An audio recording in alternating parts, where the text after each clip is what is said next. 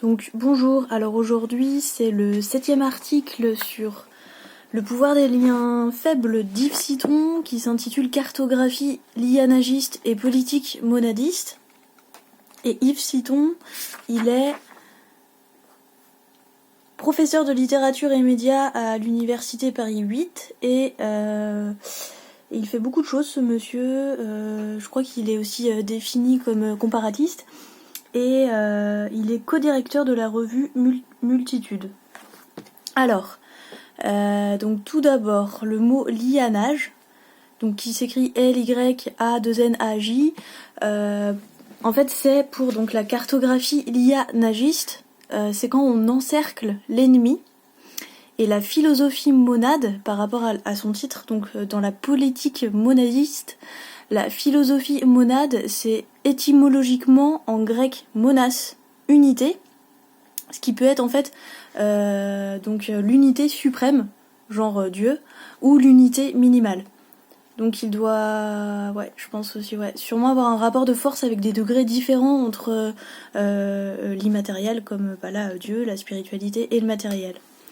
Donc à partir du vocabulaire de l'attachement, par Bruno Latour, donc qui permet de comprendre les ambivalences de liens à concevoir et de façon pluraliste. En fait, ce vocabulaire désigne en simultané ce à quoi en fait nous sommes attachés. Donc à ce que l'on tient, donc par amour, amitié, intérêt ou besoin, et à ce qui nous attache, donc ce qui nous lie, nous oblige et parfois aussi nous contraint, notamment par le devoir. Comme là ça serait intéressant de jeter un coup d'œil dans son livre intitulé Enquête sur les modes d'existence, une anthropologie des modernes, qui date donc de 2012, d'Yves Citron. Et donc dans son intertitre, La force des lianes faibles, Yves Citron en fait évoque les relations qui passent sur un processus d'individuation qui sont originaires en fait des pensées relationnistes. Donc là en fait il faut en fait revenir à la pensée donc du philosophe hollandais Spinoza entre le mi-17e mi-18e siècle et celle aussi plus proche de nous en temps de Félix Guattari qui était je sais pas si ça se dit, mais un philosopho-psychanalyste qui était notamment qui a fait des écrits avec Deleuze. Et donc alors attention parce que là c'est vraiment dense. Alors faut déjà se mettre en tant que il faut se mettre en fait dans une échelle du microscopique en fait dans le nano. Et Yves Citron en fait continue son article en déclarant que la physicienne théoricienne américaine donc Karen Barad elle a renouvelé en fait la tradition donc de la pensée rationaliste donc héritée de Descartes. Et Karen Barad elle tire de l'épistémologie de la physique quantique. Donc, dans mes souvenirs, le quantique, c'est ce qui est microscopique, ce qu'on peut pas voir à l'œil nu, à nous méfier du vocabulaire très commun de l'interaction qui induit de l'interpersonnel, pour favoriser plus originalement l'intra-action. Parce qu'en fait, les discours de l'inter présuppose l'existence d'entités autonomes qui n'entrent en relation, donc potentiellement en fait transformatrice, qu'une fois constituées en tant qu'entité. Donc par contraste, l'intra-action, donc qui est plus développée par Karen Barad, est à envisager en fait dans des milieux relationnels qui peuvent développer dans un second temps des relations entre elles, mais qui à la base portaient déjà des forces en elles. Donc selon Yves Citron, ces termes d'intra-action de Karen Barad permettent de reconsidérer les comportements individuels au sein des logiques de systèmes qui les conditionnent.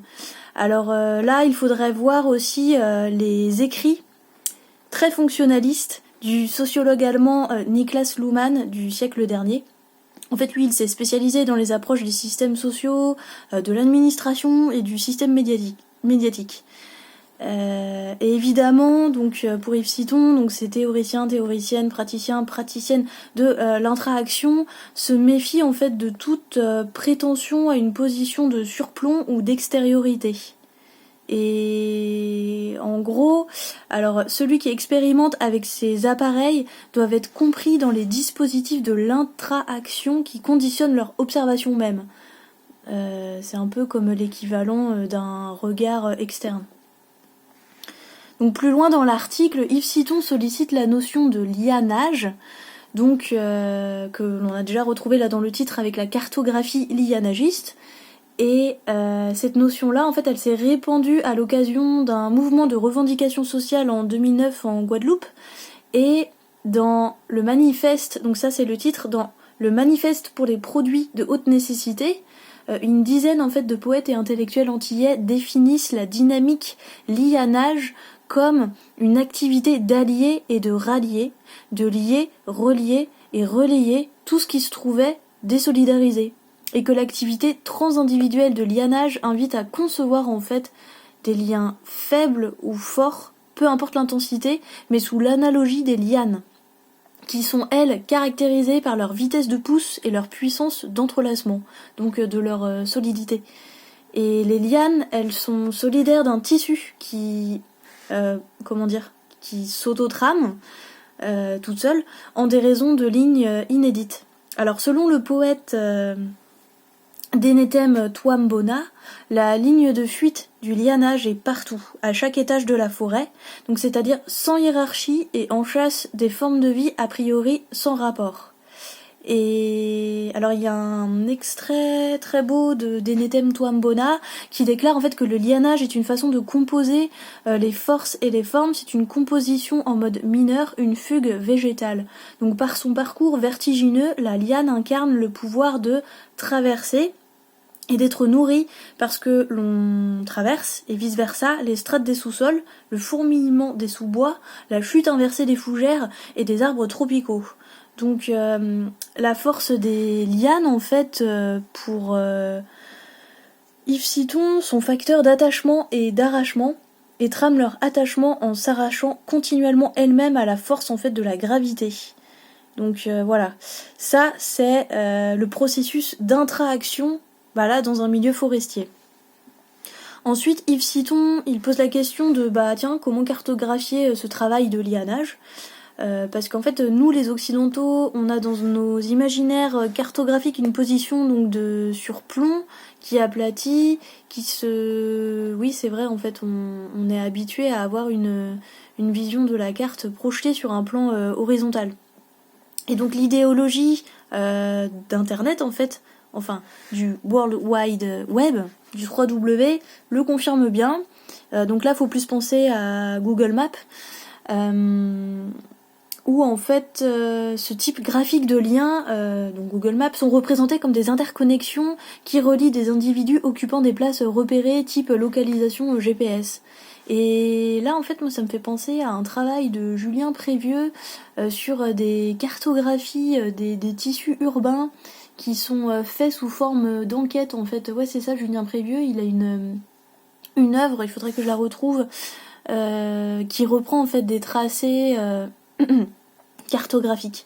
Mais lui, il a fait une collaboration avec des policiers, il a travaillé dans un poste de police pour ça. Mais graphiquement, c'est la même chose. Et donc ce type graphique de liens sont représentés comme des interconnexions qui relient des individus occupant des places repérées, donc type localisation GPS.